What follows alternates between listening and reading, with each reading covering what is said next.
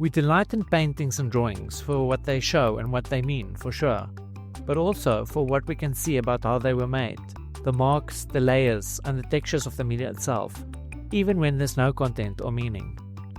Artists working in physical media get this layer of expression for free. When we want to bring it to the digital world, we have to fake it. Color mixing is essential for this illusion, and it's the topic of this video. If you want to see how we use it to create believable drawings and painting effects, watch on. In a conventional rendering style, the colors we end up with come from the colors and materials we choose for objects in our scene, the scene lighting, and color grading. When we emulate art media to create an effect, other choices contribute to the final colors too. The background color, how we layer colors, how they mix, and what colors to mix in the first place. Hi, I'm Arman from GameLogic FX, a channel that shows you how to create special effects for video games. In this video, we will look at mixing models that go beyond RGB and CMY. We will develop a new layering technique that improves on the layering we used for cross-hatching in watercolor in earlier videos. We will see how to build images from arbitrary color components along a wider range of color palettes.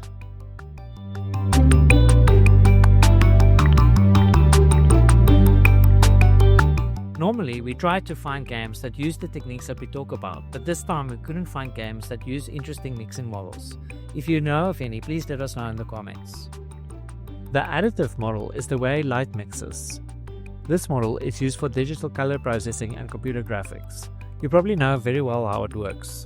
The three primaries are red, green, and blue, and we represent colors by three values that denote the amount of each. To mix two colors, we add the representations component-wise to get the resulting color, usually clamping the result between 0 and 1.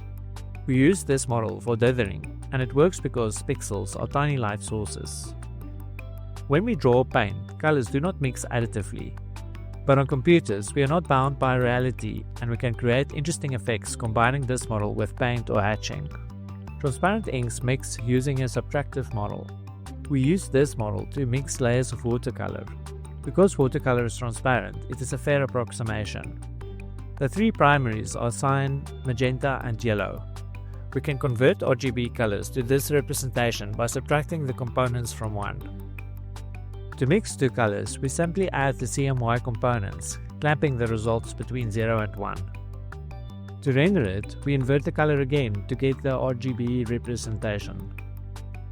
We can skip all these conversions, since this is equivalent to adding the colors and subtracting 1. Surprisingly, this is also very close to simply multiplying the colors together. Both formulas are useful.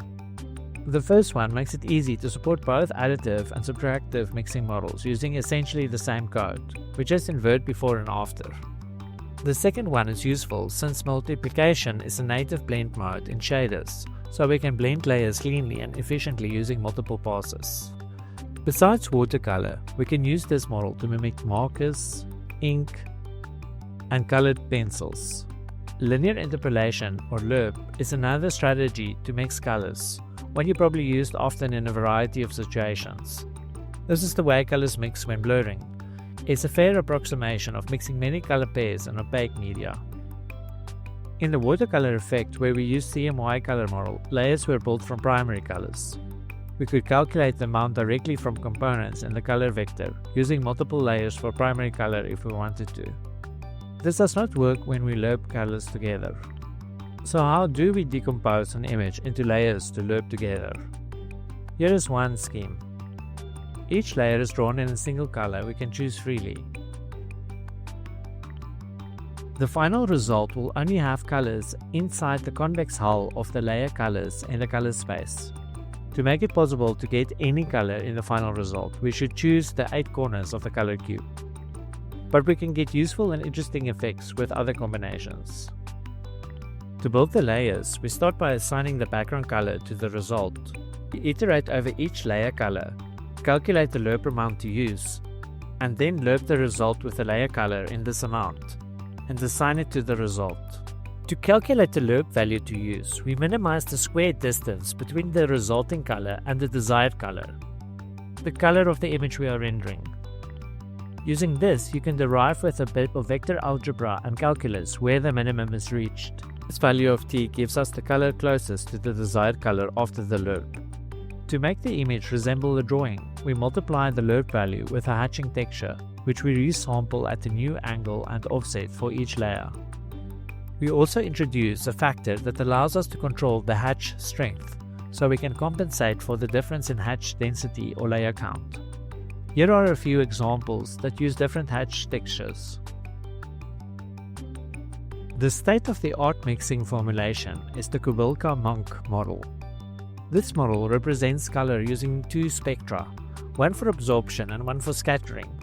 Each spectrum denotes how much light is absorbed or scattered at each wavelength of light, and is represented by an expensive nonlinear function, or a set of values that does not fit into a float 4. It is too computationally expensive to use directly in shaders. The Mixbox algorithm is an approximation of Kubilka-Munck and is fast enough for real-time applications. You can download the Unity implementation on their GitHub. The creators of this algorithm use an arsenal of sophisticated mathematical techniques to tame the Kubilka-Munck model. Their paper is a fascinating read. I'll put a link in the description. Again, the challenge is to calculate how much of our layer colors to mix to get the final color. In our lerping layer model, we took advantage of the simplicity of lerp to calculate the lerp value directly. The Mixbox lerp is not linear like ordinary lerp, so we cannot calculate the lerp value easily. Instead, we can estimate it. I'll warn you, the vanilla version I describe here works okay on a powerful machine. But you'll probably need to do some creative optimization before you can use it in production. The algorithm we will use is called golden section search.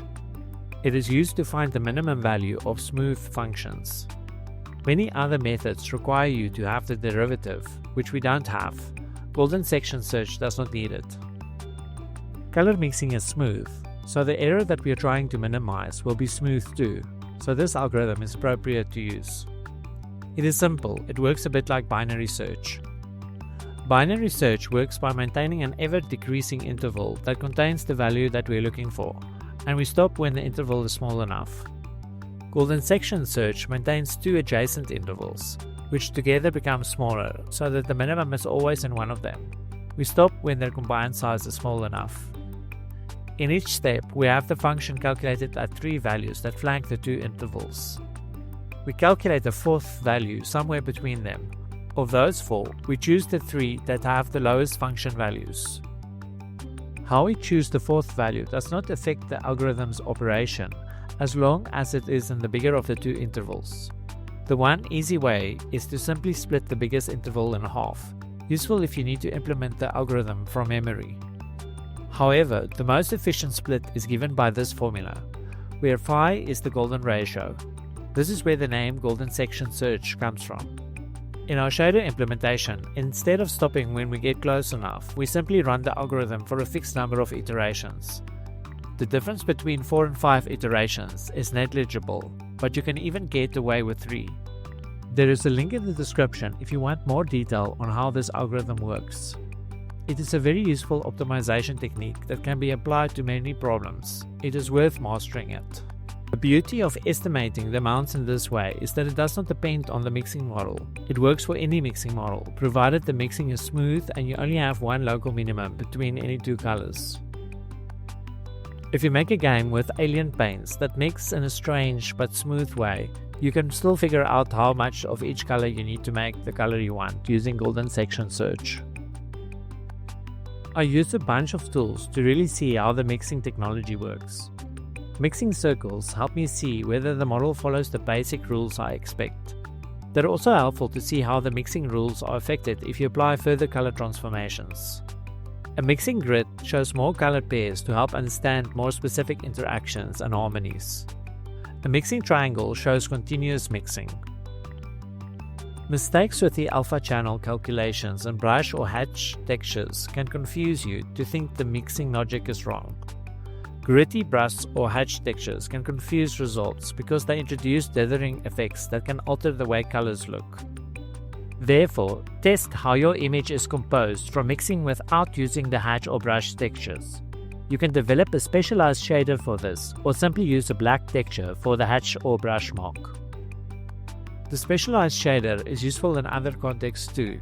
It is an extremely intuitive way to color grade an image to include specific use of a color. For this video, I did not implement the watercolor effect to use any of these mixing models. However, you can get a decent approximation by applying this color transform to it. Hatch and brush textures have a big effect on the final result, especially the following. The mark density. If the density is too low, you need too many layers to build the color and value needed. If it's too high, it looks less than a mark. The mark darkness. Although you can use the hatch bias to compensate, if you have to compensate too much, you may lose detail. Size. You can adjust the size of the hatch texture directly in the shader, and this interacts with all the factors above. If the hatch texture is too small, you may see a lot of tiling artifacts. If it is too big, you lose detail. We've explored how to build images using layered mixing techniques, how to get beyond simple RGB blending, how to estimate color contributions in models as complex as Mixbox. These techniques open the door to a wide range of expressive styles, from stylized drawing effects to textured paint simulations, and they can adapt to suit whatever mixing model your project needs. I hope I gave you a good foundation to explore color mixing in your own shaders. If you make something interesting with these ideas, we'd love to know about it.